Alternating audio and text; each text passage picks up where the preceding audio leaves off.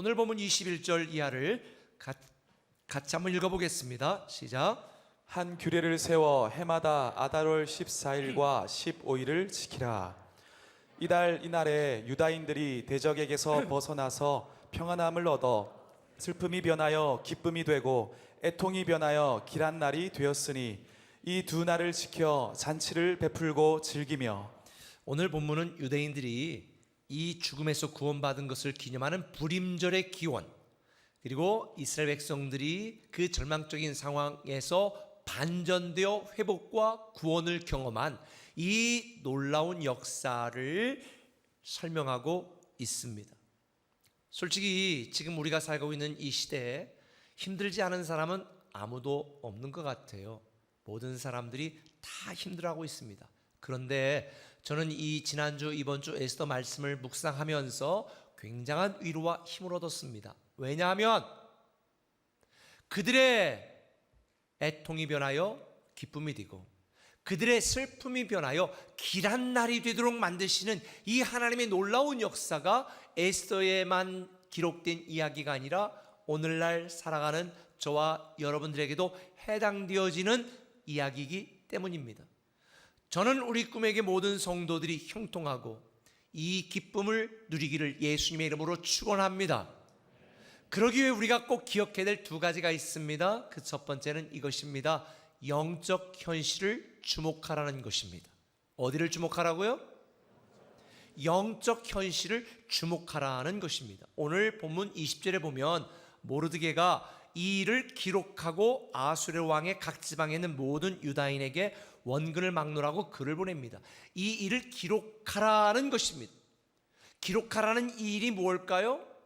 지난주 이번 주 우리가 RT를 통해서도 계속 살펴본 바와 같이 유대인들이 하만의 계략에 빠져 다 죽게 되었던 바로 그때 하나님의 개입하심과 도우심으로 유다인들을 죽이려 했던 대적들이 오히려 다 죽게 되어지고 유다인들이 구원을 받게 되어지는 놀라운 기적의 이야기, 반전의 스토리가 바로 그 이야기입니다.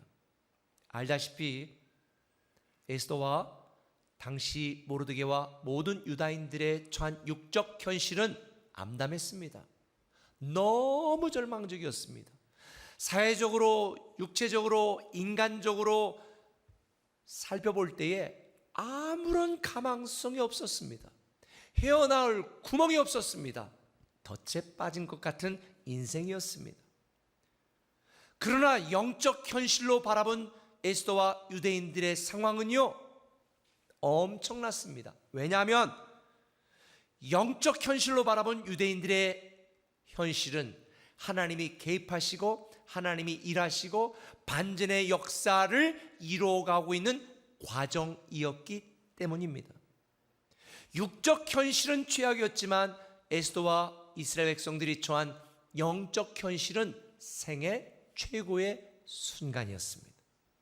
그래서 모르드게는 이 일을 다 기록하고 기념하라고 한 것입니다.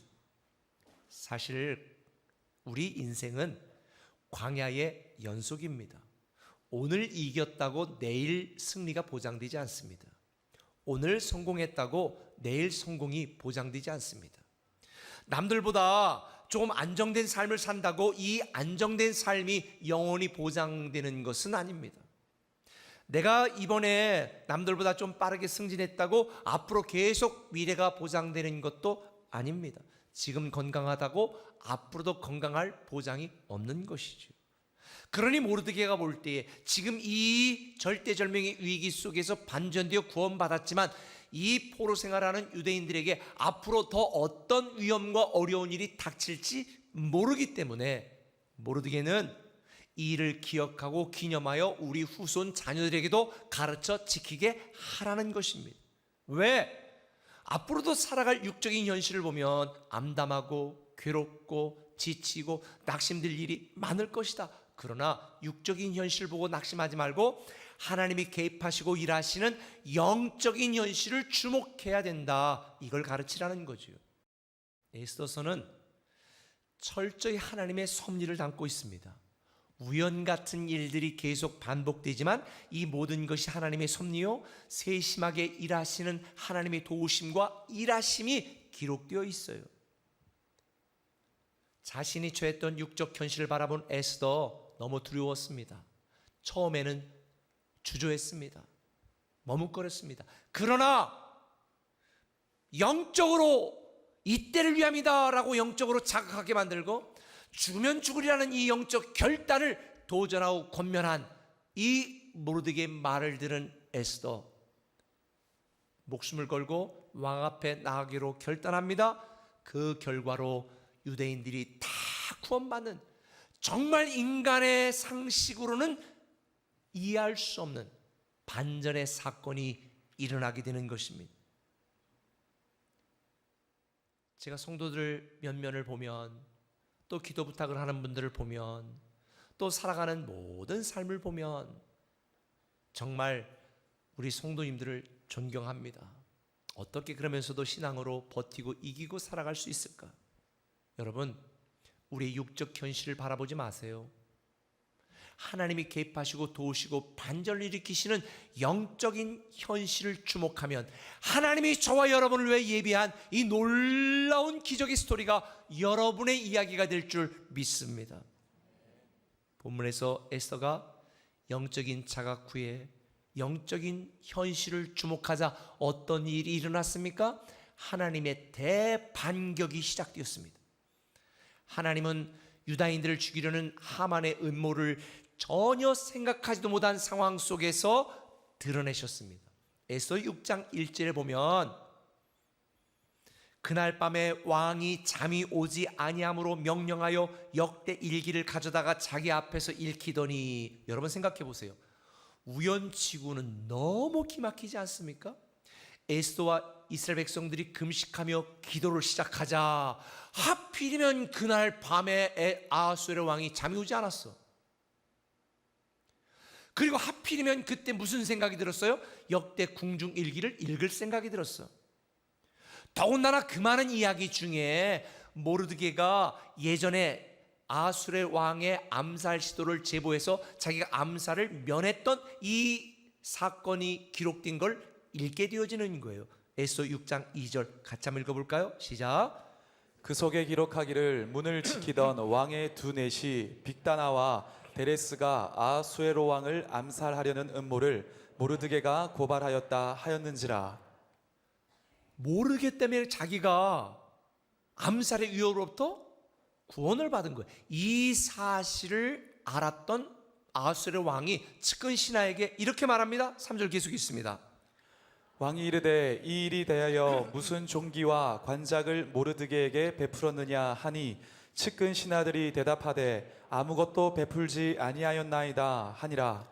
아니, 암살 시도를 제보했던 모르드게에게 아무런 보상도 제공하지 않았다고 답하자 아하수에르 왕은 이때 아하, 내가 모르드게에게를 보상하고 존귀하게 만들어야 되겠다라는 결심을 하게 돼요. 그런데 하필 그때 궁에 누가 들어와요? 하만이 들어오는 거예요. 정말 기가 막힌 타이밍이고 극적인 반전 아니겠어요? 자, 6절을 봅시다. 같이 읽어봅시다. 시작. 하만이 들어오거늘 왕이 묻되 왕이 존귀하게 하기를 원하는 사람에게 어떻게 하여야 하겠느냐. 지금 하만은 아무것도 모르고 지금 들어왔어요. 그런데 왕이 존귀한 사람 어떻게 대접을 해야 되겠냐? 그러니까 당시에 2인자였던 하만이 자기에게 왕이 그렇게 하려는 줄 착각하고 뭐라고 말하는 줄 아세요? 8절 이하에 왕께서 입으시는 왕복과 왕께서 타시는 말과 머리에 쓰시는 왕관을 가져다가 그 왕복과 말을 왕의 신하 중 가장 존귀한 자의 손에 맡겨서 왕이 존귀하게 하시기를 원하는 사람에게 옷을 입히고 말을 태워서 성 중거리 대로변을 다니며 그 앞에서 반파에 이르기를 왕이 존귀하게 하기를 원하는 사람에게는 이같이 할 것이라 하게 하소서. 왕처럼 예우해 주라는 거죠. 이후 하만이 말한 대로 시행되었습니다. 누구에게? 모르드게에게 말이죠. 이 얼마나 놀라운 일입니까? 에스더와 유다인을 멸하려고 했던 하만이 제안한 그대로 오히려 모르드게와 이스라엘 백성들을 존귀하게 하는 일에 사용된 거예요. 사랑하는 꿈의 가족 여러분, 여러분들 중에 지금 힘든 분들도 있죠. 육적 현실을 바라보면서 내 힘과 내 능력으로는, 내 지혜로는 어떻게 헤어날 길이 없다, 어떻게 감당할 수가 없다, 어떻게 해결할 방법이 없다, 아마 그런 상황에 있는 분들도 있을 것입니다. 육적 현실 보고 낙심하지 마세요. 믿음의 눈으로 영적 현실을 주목하시길 바랍니다. 지금 우리가 처한 어려움 있는 상황은, 이 육적 현실은 진짜가 아니에요. 하나님이 도우시고, 하나님이 반전시키시고, 하나님이 역전시키시고, 하나님이 회복시키실 그 영적 현실을 바라보십시오. 그게 진짜 현실입니다. 우리가 믿음으로 영적 현실을 바라보면 하나님이 저와 여러분, 우리를 위하여 일하고 계신 걸 보게 될 것입니다. 우리가 기도하고 영적 현실을 주목하면 하나님이 역전시키실 것입니다. 우리가 영적인 자각을 하고 영적인 각성을 통해 오직 우리를 도우시는 하나님만 바라보며 영적 현실을 주목하면 우리가 기대하는 그 현실이 우리의 현실이 될 것입니다. 그래서 루이 기글리오 목사는 골리앗 끝장내기라는 그의 책에서 이렇게 이야기합니다. 예수님이 우리 인생의 엘라 골짜기로 들어오는 순간, 엘라 골짜기는 참고로 어린 다윗이 골리앗을 때려 눕혔던 그 골짜기를 의미합니다. 모든 것이 달라진다. 거인에게서 시선을 떼어 예수님께 시선을 고정하는 순간, 우리 소망이 우리 자신에게서 예수님께로 옮겨가는 순간, 그 순간이 바로 놀라운 변화의 출발점이다. 여러분, 우리 환경, 우리 상황, 우리 주변 사람들 바라보지 마시고 하나님이 개입하셔서 우리를 위하여 지금 일하고 계신 영적 현실을 주목하시길 바랍니다.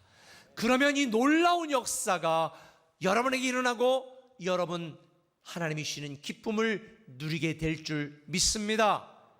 한 걸음 더 나갑니다. 한번 따라 합시다. 영적 결과를 유통하라. 영적 결과를 유통하라. 모르드게는 유대인들을 몰살시키려고 했던 대적에게 벗어나서 평안함을 얻고 기뻐하는 모든 유대인들에게 이렇게 명합니다. 22절 읽겠습니다.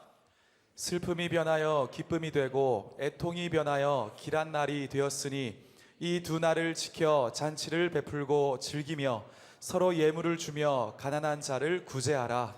모르드게는요, 하나님이 자기 민족을 구원한 불임절을 지키며 즐거워하고 기뻐하라고 말합니다.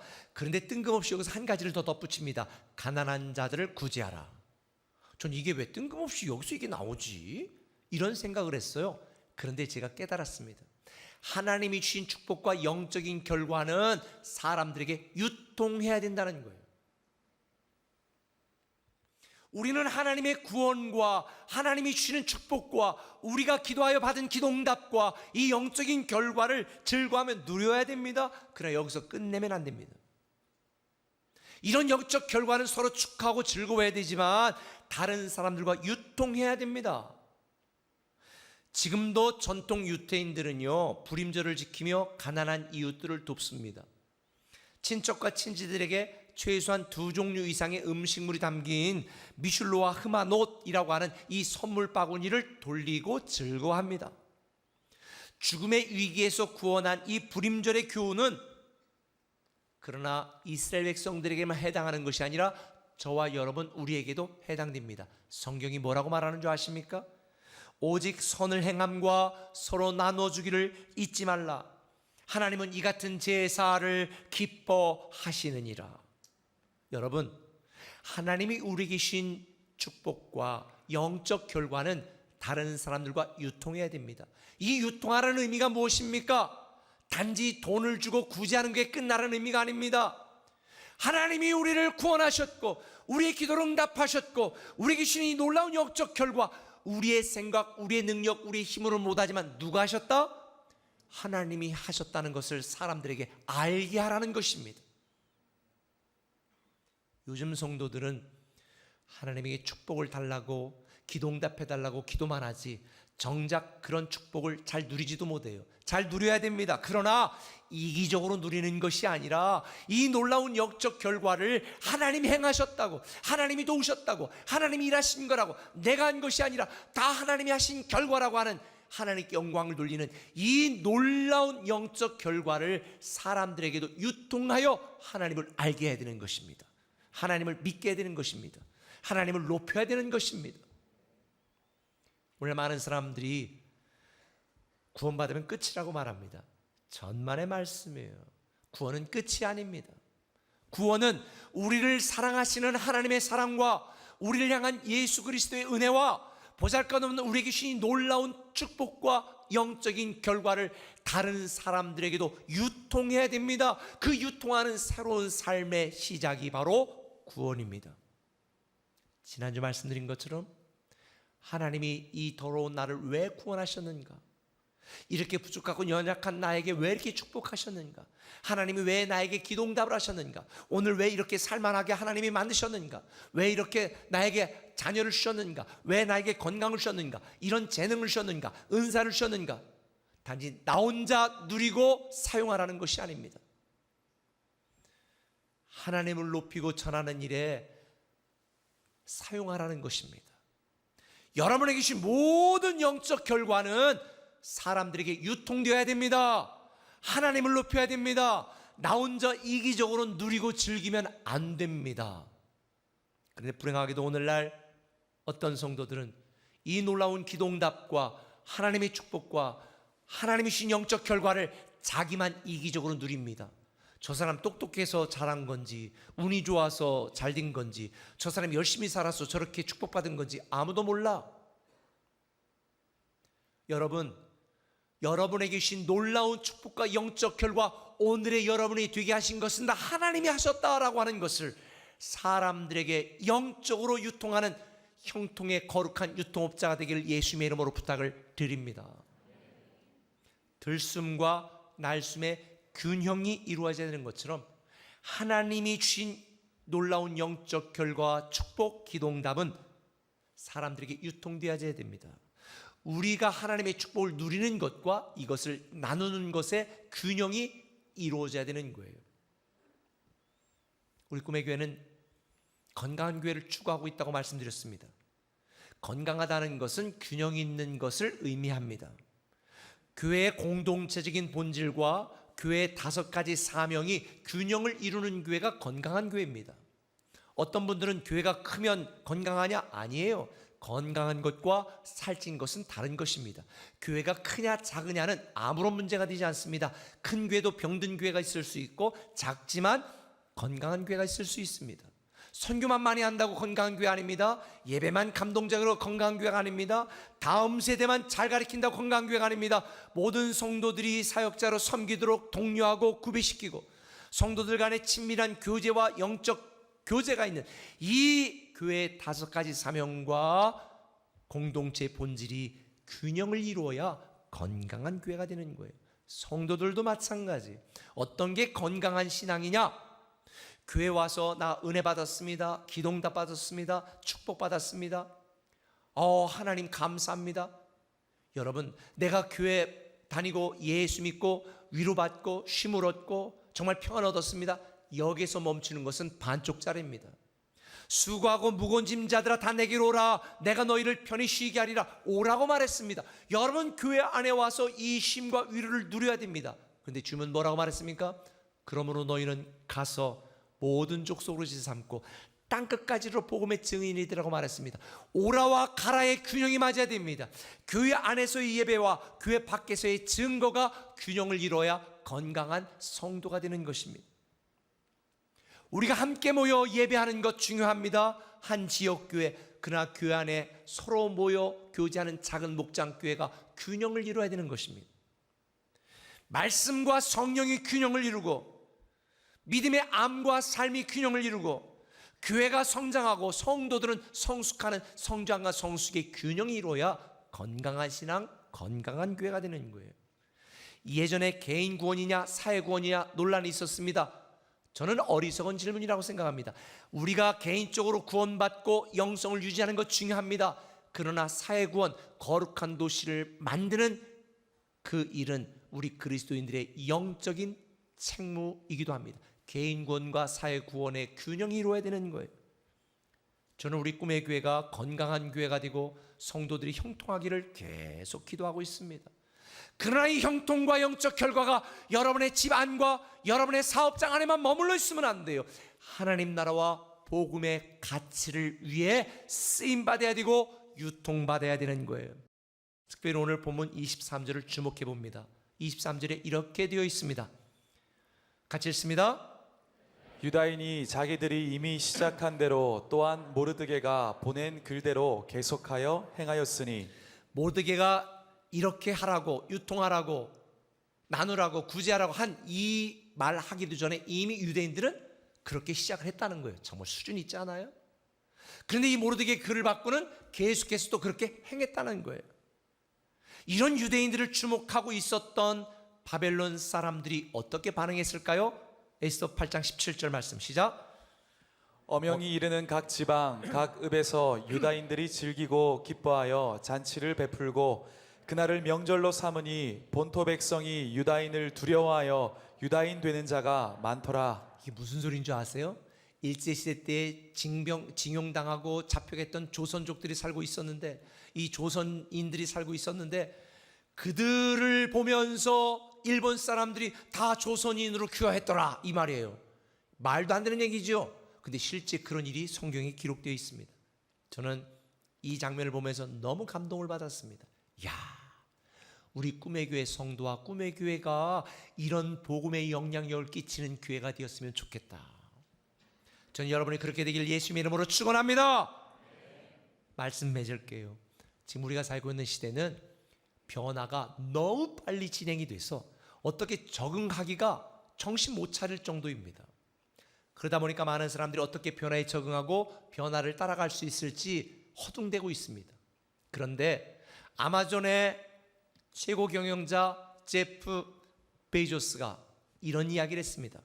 10년 후에 어떤 변화가 있겠느냐는 질문을 많이 받는다.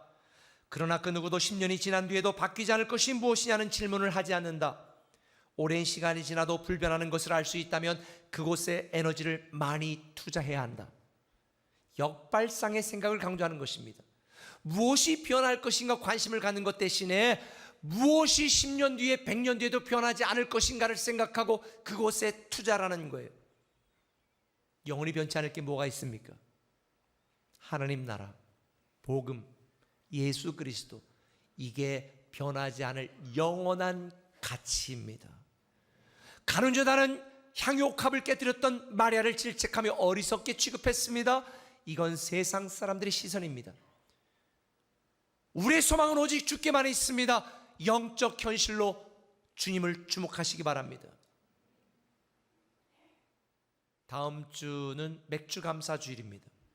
올해 상반기 여러분을 인도하시기 이끄신 하나님께 감사로 예배하시기 바랍니다. 아직 감사할 게 없다고요? 힘들다고요? 그럼 하반기 그렇게 반전의 역사를 이루실 하나님을 기대하며 미리 감사로 예배하시기를 바랍니다. 주님은 감사로 예배하는 자를 기뻐하신다고 그랬어요. 에스더처럼 순종하여 오늘 감사하면 우리는 내일 반전의 기쁨을 누리게 될 줄 믿습니다. 그런데 서두에서 말한 것처럼 이런 모든 기쁨과 축복은 에베소 3장 20절에 있는 것처럼 교회 안에서와 예수 그리스도 안에서 이루어집니다. 이것이 제가 교회사랑 맥주 감사절로 예배하자고 제안한 이유입니다. 교회 공동체가 건강해야 여러분이 행복합니다. 가정에서 가정 공동체가 건강해야 여러분의 인생이 풍요롭습니다. 부모님들 자녀 좋은 학원 보내는 것도 중요하지만 자녀 앞에 절대 싸우지 마세요. 자녀에 대한 정서적인 폭력입니다. 전 교회 안에서 싸우고 시기 질투하는 걸 극혐합니다. 왜? 교회 안에서 서로 분쟁하고 싸우는 것은 성도들에 대한 영적인 폭력이거든요. 우리는 사랑의 공동체를 지향하고 있습니다. 행복한 가정이 되기를 기도하고 있습니다.